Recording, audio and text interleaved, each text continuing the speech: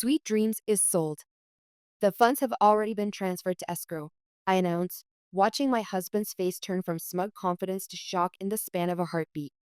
James stands frozen in my bakery, correction, my former bakery, while his brother Thomas's mouth opens and closes like a fish out of water. The lawyer they brought with them, a thin man with nervous eyes who introduced himself as Arthur Wilson, clutches his briefcase tighter. That's impossible, Thomas finally manages, his voice cracking slightly. The business isn't yours to sell. A smile spreads across my face, not the warm, genuine one I've given customers for 15 years, but something sharper, tempered by betrayal.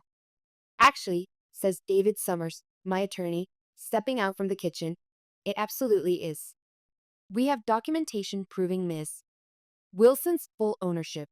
Diana Winters emerges next, holding up a flash drive, including recorded conversations detailing your entire scheme. James lunges toward her, but the security guard's Catherine Stewart, the new owner of Sweet Dreams, wisely hired, step forward. James stops, his hands balled into fists, face contorted with rage. You've lost, I tell him, savoring each word. Sweet Dreams is sold. The money is protected from your schemes. And, I add, looking directly into my husband's eyes, I filed for divorce yesterday. How did I get here? How did Meredith Wilson, the woman who once believed in fairy tale endings, end up orchestrating her husband's downfall? It started 3 weeks ago with a half-open door and words that shattered my world. The discovery. She's too stupid to realize what's going on. The words froze me in place outside my shop's back office. My husband's voice, but with a tone I'd never heard before, dismissive, contemptuous. Meredith has always been good at making cupcakes, but business? Please, she doesn't even notice when I move money around, and she signed those loan documents without reading them. His brother Thomas laughed. Man, this is going to be easier than we thought. By next month, we'll own everything. She'll be out, and no one will blame us when the business fails. She's still blindly in love with me after 20 years, James continued. It's almost too easy. I stood paralyzed, hand clasped over my mouth to keep from gasping. My heart hammered so loudly I feared they'd hear it through the wall. I tiptoed backward, praying the old floorboards wouldn't creak. In that moment, the carefully constructed image of my marriage shattered like a dropped mixing bowl. The James I thought I knew, supportive, loving, my partner for 2 decades, had never existed. Instead, there was this stranger, this man who saw me as nothing but a means to an end. My grandmother used to say you never truly know someone until you hear what they say when they think you're not listening. Standing there in the hallway of the business I'd built with my own hands, I finally understood what she meant. Flashback, early years. The irony wasn't lost on me. Sweet Dreams began because of my husband's encouragement. When we needed extra money for our daughter Veronica's braces 12 years ago, I started selling my grandmother's cupcake recipes at weekend farmers markets. You've got real talent, Meredith, James had said, helping me set up my little tent every Saturday morning. These are the best cupcakes in Minnesota. When a small storefront became available downtown 5 years later, James urged me to take the leap. This is your chance, he'd said, eyes bright with what I thought was pride. You can make this work. I believe in you. We used our savings, a small inheritance from my grandmother, and a modest bank loan. I still remember the day we got the keys, how James had lifted me off my feet and spun me around in the empty shop, both of us laughing like children. Was he already calculating the potential value even then? Was that gleam in his eye not pride but avarice? I'll never know when my husband stopped seeing me as a partner and started seeing me as a pawn. Perhaps he never saw me any other way. The family background. James came from a family where appearances mattered more than substance. His parents, whom I'd met only twice before they passed, lived in a house too big for them, drove cars they could barely afford, and sent their sons to private schools despite the financial strain. Never let them see you sweat, James would sometimes say, a phrase I later learned came from his father, a man who declared bankruptcy twice but still maintained his country club membership. Thomas, 3 years older than James, had always been the successful brother, at least on paper. He drove luxury cars and wore expensive suits, but I'd overheard him asking James for loans more than once over the years. I never questioned where that money went. Another mistake to add to my growing list. I never understood their family dynamics until I found an old photograph in James' desk drawer years ago. Two little boys standing stiffly in formal wear, their father's hands gripping their shoulders. The man wasn't smiling, but there was something in his expression, expectation, demand, judgment. Dad always made everything a competition, James once admitted during a rare vulnerable moment after too much wine. Thomas was smarter, Thomas was better at sports, Thomas knew how to make money. Perhaps that explained it, the need to prove himself, to win at any cost, even if it meant betraying the woman who had loved him for 20 years. The investigation. A week after overhearing their conversation, I discovered just how deep the betrayal went. I took the day off to visit our accountant, Beverly, who'd been doing our taxes for years, but whom James had recently suggested we replace. I'm glad you came in, Meredith, Beverly said, her face serious. I've been trying to reach you directly. Is something wrong? I asked, though I already knew the answer. She turned her computer screen toward me. There are significant discrepancies in your business accounts. Large withdrawals and transfers to an LLC I don't recognize, and this loan, she pointed to a document on screen, puts the bakery up as collateral for nearly triple its value. My hands trembled as I stared at the numbers. 6 figures disappearing over months. An oppressive loan I hadn't fully understood when signing. Who has access to these accounts? Beverly asked gently. Just me and James, I whispered. Her expression told me everything. She pulled out more papers, showing irregularities going back further than I'd imagined. James hadn't just recently betrayed me. He'd been siphoning money for years, building to this moment when he could take everything. That night, lying beside him in bed, listening to his peaceful snoring, I felt something crack inside me. The sorrow and shock that had paralyzed me began to harden into something else, a cold, clear fury. This man had taken my trust, my love, my business, the legacy I wanted to leave our daughter, and treated it all as nothing more than a stepping stone for his ambition. I stared at the ceiling, thoughts racing. James believed I was too stupid to notice what he was doing. He thought I would crumble, accept whatever scraps he decided to leave me. But there was something James had forgotten. Before I was his wife, I was my grandmother's granddaughter. And Maria Wilson didn't raise fools. The strategy, based on what you've told me and these documents, Gregory Palmer said, reviewing Beverly's files in his downtown office, your husband and his brother are attempting a rather sophisticated form of financial fraud. They're creating artificial debt against your business, then planning to trigger default terms that would force a sale to a company they likely control. I slumped in my chair. Can we stop it? We can, but we need to be strategic. Your name is on these documents. Challenging them directly could be complicated. Gregory introduced me to Diana Winters, a private investigator with a specialty in business fraud. Her confidence was contagious. Men like your husband and his brother get careless because they think they're the smartest people in the room, Diana explained. We'll use that against them. For the next 2 weeks, I lived a double life. At the bakery, I was the same cheerful Meredith, greeting customers and creating new recipes.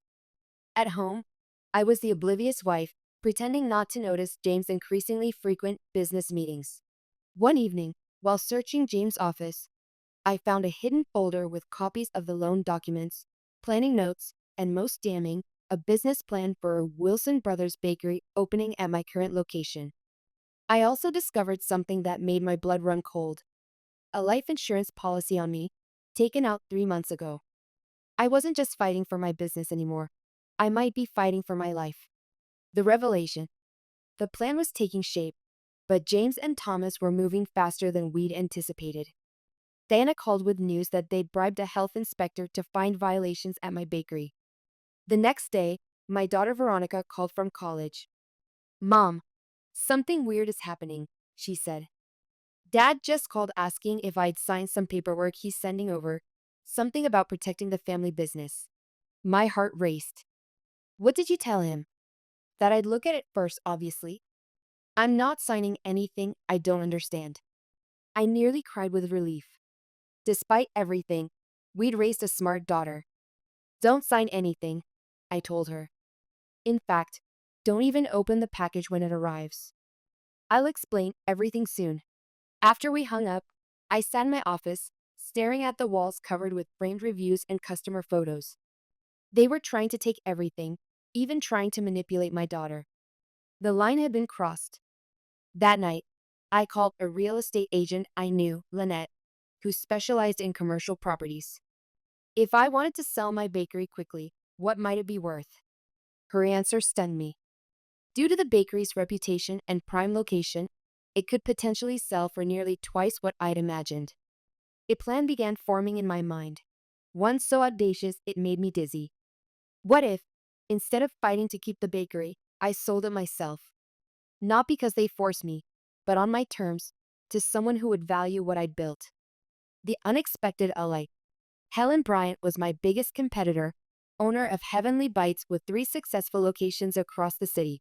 We've been cordial at industry events, but never friends. When I called and asked to meet privately, I could hear the surprise in her voice. We met at a small cafe halfway between our businesses. Helen arrived punctually, elegant in a simple blue dress, her silver-streaked hair pulled back in a practical bun. "I'll be honest," she said after I explained the situation.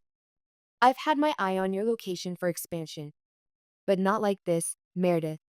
What your husband and his brother are doing is despicable." I studied her face, looking for insincerity, finding none. "I'm offering you first opportunity to buy Sweet Dreams before I list it publicly." Helen's eyes widened slightly. "Why me? Why not fight to keep it?" The question made me pause. Why was I willing to let go of something I'd built with such love and dedication? Because Sweet Dreams isn't just a building or equipment or even recipes, I finally said. It's what I created, what I proved to myself I could do. I can create something new, but first I need to be free of them. And I need to know my staff will be treated well, my customers taken care of. Helen nodded slowly, understanding in her eyes. "My husband died 8 years ago," she said quietly. "Everyone expected me to sell his bakery. Instead, I expanded it. I know something about proving yourself." We shook hands, and within days, Helen and I were sitting in Gregory's office negotiating terms. She'd offer market value plus a premium for the immediate sale and intact staffing. Additionally, I'd receive royalties on my signature recipes. Gregory began preparing the paperwork we would need to move quickly. The health inspector's fraudulent report was expected any day, and James' loan default scheme was imminent. The final countdown. Just as we were finalizing the sale, the bank holding the fraudulent loan contacted me, concerned about unusual activities with the business accounts. James had attempted to move more money, triggering their fraud detection systems. "They're accelerating their timeline," Gregory warned. "We need to move faster." I called James that evening. "The bank called me about the business accounts," I said, feigning confusion. "Something about unusual transfers." There was a pause. "It's nothing to worry about," he said smoothly. "Just some restructuring I'm doing to improve our tax situation. I'll handle it." The night before everything would come to a head, I packed a small bag and prepared to stay with a friend. I couldn't bear to be in the same house as James anymore. As I was leaving, he came home early, catching me with the suitcase. "Going somewhere?" he asked, suspicion evident. "I need some space," I said, not entirely lying.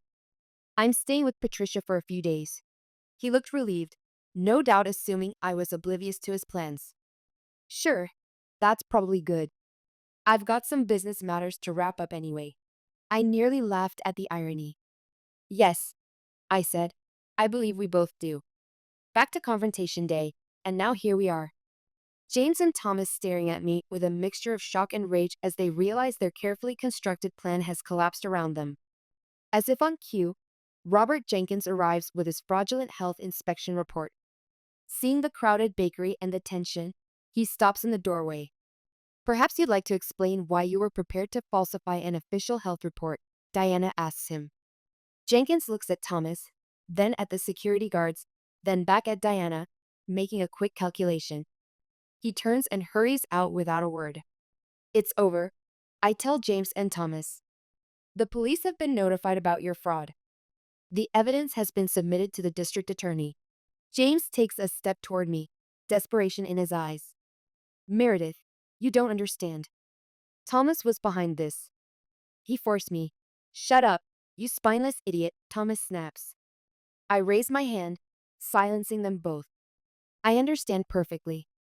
I understand that I built something valuable, something you wanted to steal instead of create for yourselves. I understand that you thought I was too stupid to notice or too weak to fight back.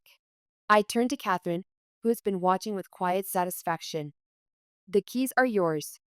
The staff has already been informed of the ownership change. They're looking forward to working with you. As James, Thomas, and their lawyer are escorted out by security, I feel a strange lightness. The bakery I loved is no longer mine, but neither is the husband who betrayed me. Both losses sting, but both also represent freedom. Epilogue, 6 months later. The sign painter is just finishing the window display of my new storefront in Eugene, Oregon. Meredith's Kitchen, Bakery and Cooking School. What do you think? I ask Veronica, who stands beside me. It's perfect, Mom, she says, squeezing my hand. I still can't believe you moved here. New beginnings, I say. Besides, I get to see you more often, and you get free baking lessons to impress your roommates. With part of the proceeds from the $1.2 million sale, I've created this smaller, more personal venture, a combination bakery and cooking school where I can share my grandmother's recipes and techniques. It's less about building an empire and more about pursuing joy. James and Thomas both accepted plea deals. The last I heard, James was serving 3 years, and Thomas was in a minimum security facility for 18 months. Their reputations and careers were destroyed. As I unlock the door to my new bakery for the first time as owner, I feel no regret for what I've left behind. The betrayal had been painful, but also clarifying. I discovered my own strength and resilience, proving that I was anything but the stupid woman they had assumed me to be. My grandmother used to say that endings are just beginnings in disguise. Standing here with my daughter, looking at my new bakery, I finally understand what she meant.